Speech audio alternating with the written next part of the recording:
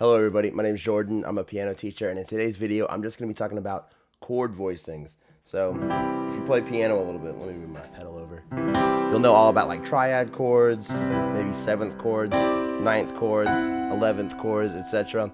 But for this, and if you're like me, when I first started playing piano, I learned all about triad chords and I just went right into playing my favorite songs. So like a C major, the 1 to the 4, 6, 5, back to the 1. And I didn't know much about it. So when you first start playing piano, it's really easy to just sit down and see where these are. It's actually really easy at first. One of the easiest instruments to start out.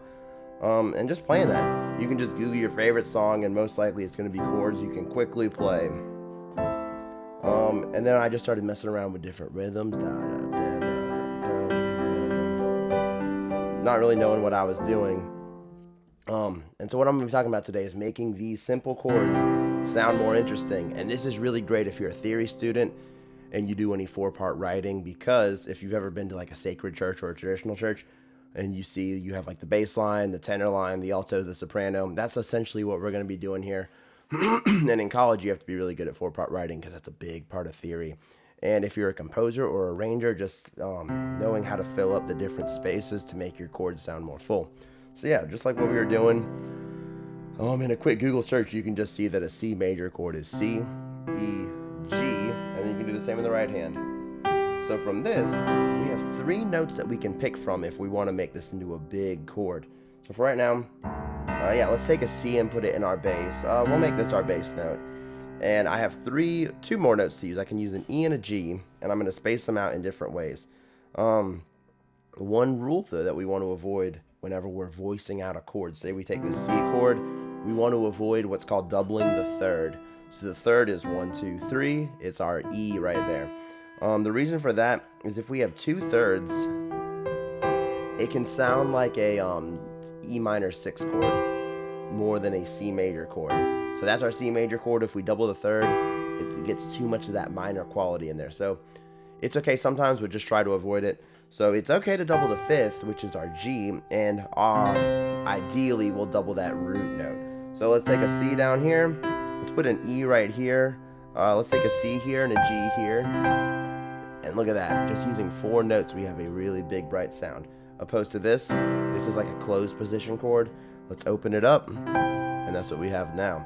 So say we took a progression C, let's do something unusual. C to an E major, to a G, back to C. Let's make it a G minor, just because we can. So C, E major, G minor, C, like that. Kind of cool. So let's take our C chord. Let's put the 3rd in the bass. So that's our first chord. We got an E, C, G, C. So we're only using our same 3 notes that we've had the whole time. And then to get to our next chord, an E major. And if you're not super familiar with the piano, or if you are, an E major triad is just an E, G sharp, B. So let's look at this.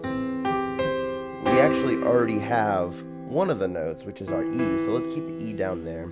Let's just change our G to a G sharp. We'll take our C and go down to a B. And then this can just go down to a B like this. So 1, 2, 3, 4. 2, 3, 4. Pretty cool. And then to get to our G minor chord, all we would need to do is like that. So we have a G, B flat, G, T. And then to get back to our C, we're just going to drop it back into the C. Cool. And if I lost you there, we'll break it down a little bit more. So commonly, you'll play like a triad in your right hand, and something that's so useful in the left hand is just playing what we call a power chord, which is the 1, the 5, and the octave above it. And it's like a life hack if you're playing chord accompaniment, just breaking it up like that. You can actually do the same thing in the right hand, which always sounds nice. So that's another great way to open up your chord.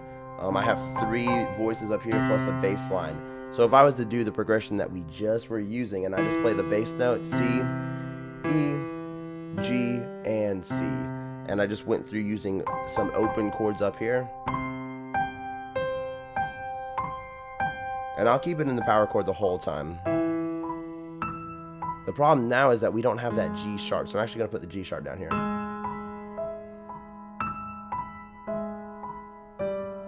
And there's our G chord, back to C.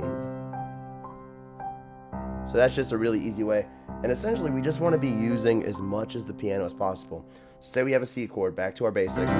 We could play it down there and it sounds really nice, but let's space it out again. C, E, G, G. You can put 2 G's up there, or I could do a G, C like that. Sounds really nice. Let's say my next chord's an F. The notes are F, A, C. I'll put my A down here in the bass, F right here, C here, and then another F. Sounds really nice.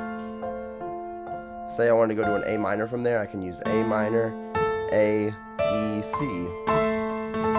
And only using 4 notes, you create a really big sound. And if I wanted to space it out even more, maybe go to a G chord, so I got a G, B, D, G. And then you can really change your inversions as you go through it. So I'm only, yeah, that's a really cool trick to do. Is I'm only going to use a G and a B, but just switch them back and forth each time. And it sounds really cool. All right, past triads, though, you can start getting into something called chord extensions. So if I took my C chord and I kept going up, the first one that would occur is a 7th. The 6th too, but that's a little bit different. 1, 2, 3, 4, 5, 6, 7. So that just gives a little bit more color to our tone. And if you're a Stranger Things fan, I think it's, okay, it goes all the way up. There it is.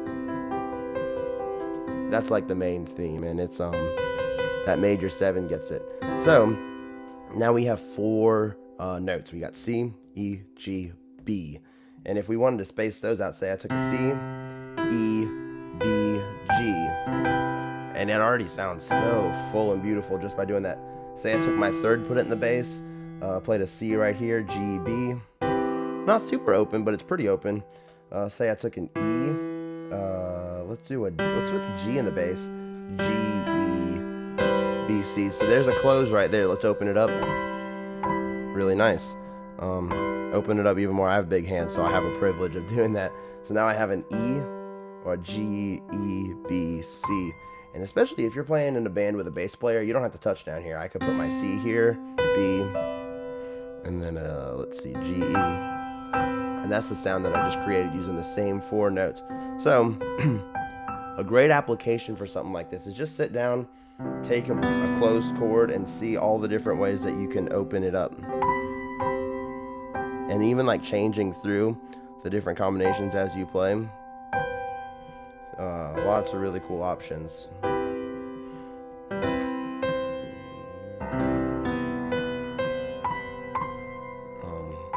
Stuff like that. All right, so let's take another one. Let's say let's say an F major 7. So we're gonna do the same thing we did for C.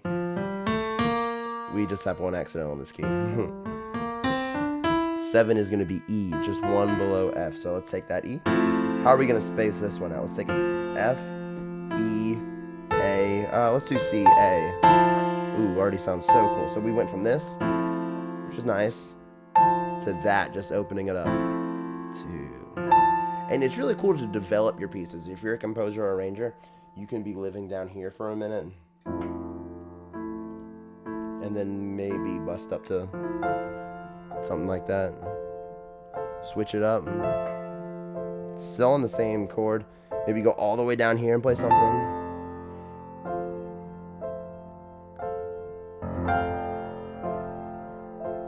Go up to the A. I'm just staying on the same chord.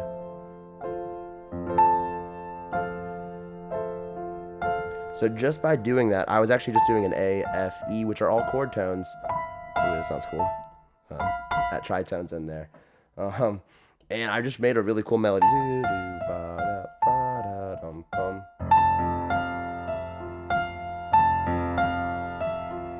And so we wanted to expand on that because it already just gave me an idea. From an F chord, we could go to a, let's say we go to a B flat chord. Our notes would be B flat, D, F, B flat. If we wanted to play the 7th, it would be an A right there, just below the B flat. So let's say we take that same idea.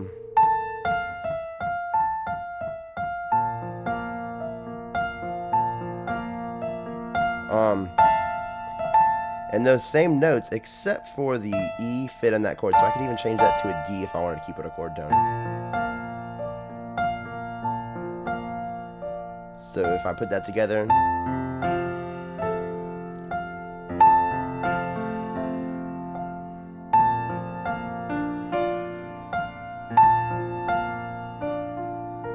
then what would be another chord I could go to? Maybe a D minor, that could sound cool.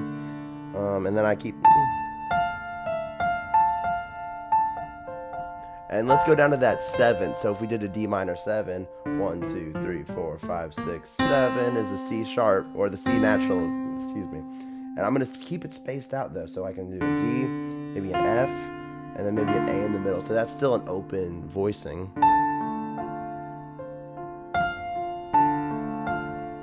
Cool. So all together we would have this F.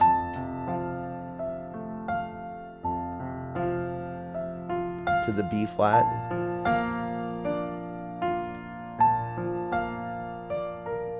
To the D minor.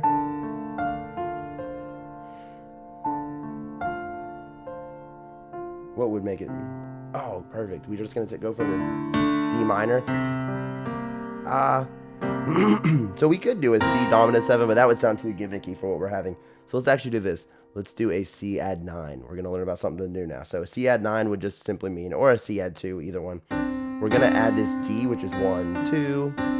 But if we were to go da da dum bum bum bum bum bum bum, it's the 9th tone up. So let's take this and add that D into what we're doing. So we have a C, now D, and this would be awesome if we want to do an open chord voicing with this. I could do like a C, E, G, D. Oh, that sounds awesome. Oh, whoops. There we go. So I could do like a stuff like that. So if I was to take my whole progression now that I just created with my open tone, open chord, kind of giving me inspiration, I would have a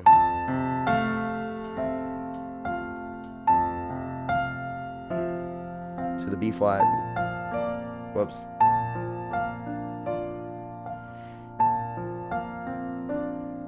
To the D minor.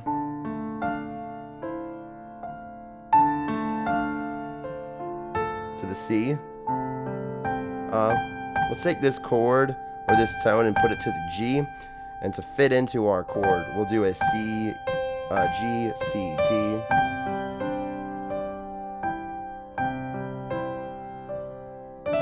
And then we can go, that's just a grace note, it's really easy. I wanted to get to this E, and I just slid up using a D.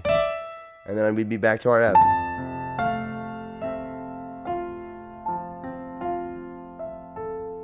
And then B flat.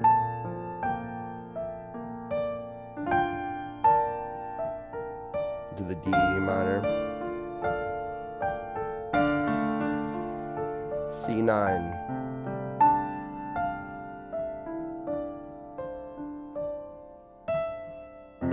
Back to our tonic.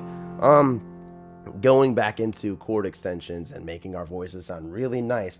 Another thing we want to do is voice leading. So say we take that same chord progression, F. What do we do next? A B flat major to a D minor to a C, and then finally on F. Another thing that can make this sound really nice whenever we're doing these open chords, especially in the right hand, making our voices so the distance really small. So instead of going like F, B flat, D minor, C, you can see I'm just moving in root position around these different things. Finding ways to make those distances really small, and as a part writer and an arranger, composer, that's the idea, so it doesn't sound like there's much movement going on, especially if you're writing for different parts, so like say violins, violin twos, cellos, you want to keep their parts really small so they're not doing leaps and it just kind of glides through it. So say I took my first chord, an F, and I spaced it out. I have an A and an F, so I have a 6th right here, and then I'll just put an F and a C down here. To get to my next chord, the B flat, I could do something like that, or I could just go down to a B flat octave. What I did was I went from the F and the C to a B flat and a D, but I could also just go down to 2 B flats, and from here, the easiest way to get to where I want to be, the 2 notes that I need are, I could keep this F right here and then just move up to a B flat, and that would just mean I need to have a D down here. So that's a really smooth voice leading. It would sound like this.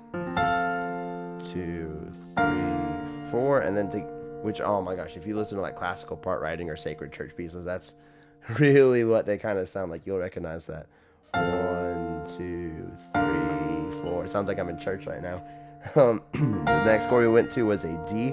So this is actually really easy. The notes that we have are D, F, A, C if we're including the 7th. So from right here, I'm going to take this B flat. I'm actually going to split it in 2. So I'm going to keep my F. The B flat's going to turn into a C and an A. So I'm opening that up actually, and I'm going in both directions, while this is just going to open up to a D octave. So I'm taking this D flat going up to D. So when we do that, we're going to go 2, like that. 1, 2, keeping that up there. 2. I don't know how I feel about that F being there both times. So what we could do instead is we could move it up. I don't like that much either. That's maybe better. Yeah, so I'm gonna go down to the D there. 2, 3. If they were orchestrated on like violins or something, that might not sound too bad. I just don't like the way it was piercing through. And then finally we're on to the C. So from here, all I would have to do is move down like that. 2, 3, or yeah, that would be easier. But since it's a C9, that would sound cool too if I moved up to the C, D, G. So if I was to go through all that with our voice leading, 1, 2, 3, 4. I'll just do the D like we did the first time, and to the F. Yeah, just like that. So yeah, moral of the story: when we're writing and when we're using chords and picking out what kind of sounds we want, just keep in mind that we have a bass. We have like a tenor area. So the tenor is kind of, the bass is down here. Tenor, I can't sing very high. So bass, that's easier for me. The tenor, an alto, and then all the way up here is like a soprano line. So kind of think about that. You kind of have a choir at your disposal as a piano player. And you can take advantage of all those different things. And just using 4 notes, it sounds really, really full. And then just adding an extra note. So we did the same thing on C, C, bass, tenor, alto, soprano. And then if we were to use chord extensions, bass, 5, 7, 9. Like that. Let's say I want to space out even more. Oh, really cool. And whenever if you're, say you're writing for like, I don't know if there's any composers in here, but that's how you get really big atmospheres without using a lot. So, say we take, I like the way that B flat chord sound that we did earlier. If I just took this, can I reach it? This D, those 2, A, and then an F. Sounds really nice. To a D minor.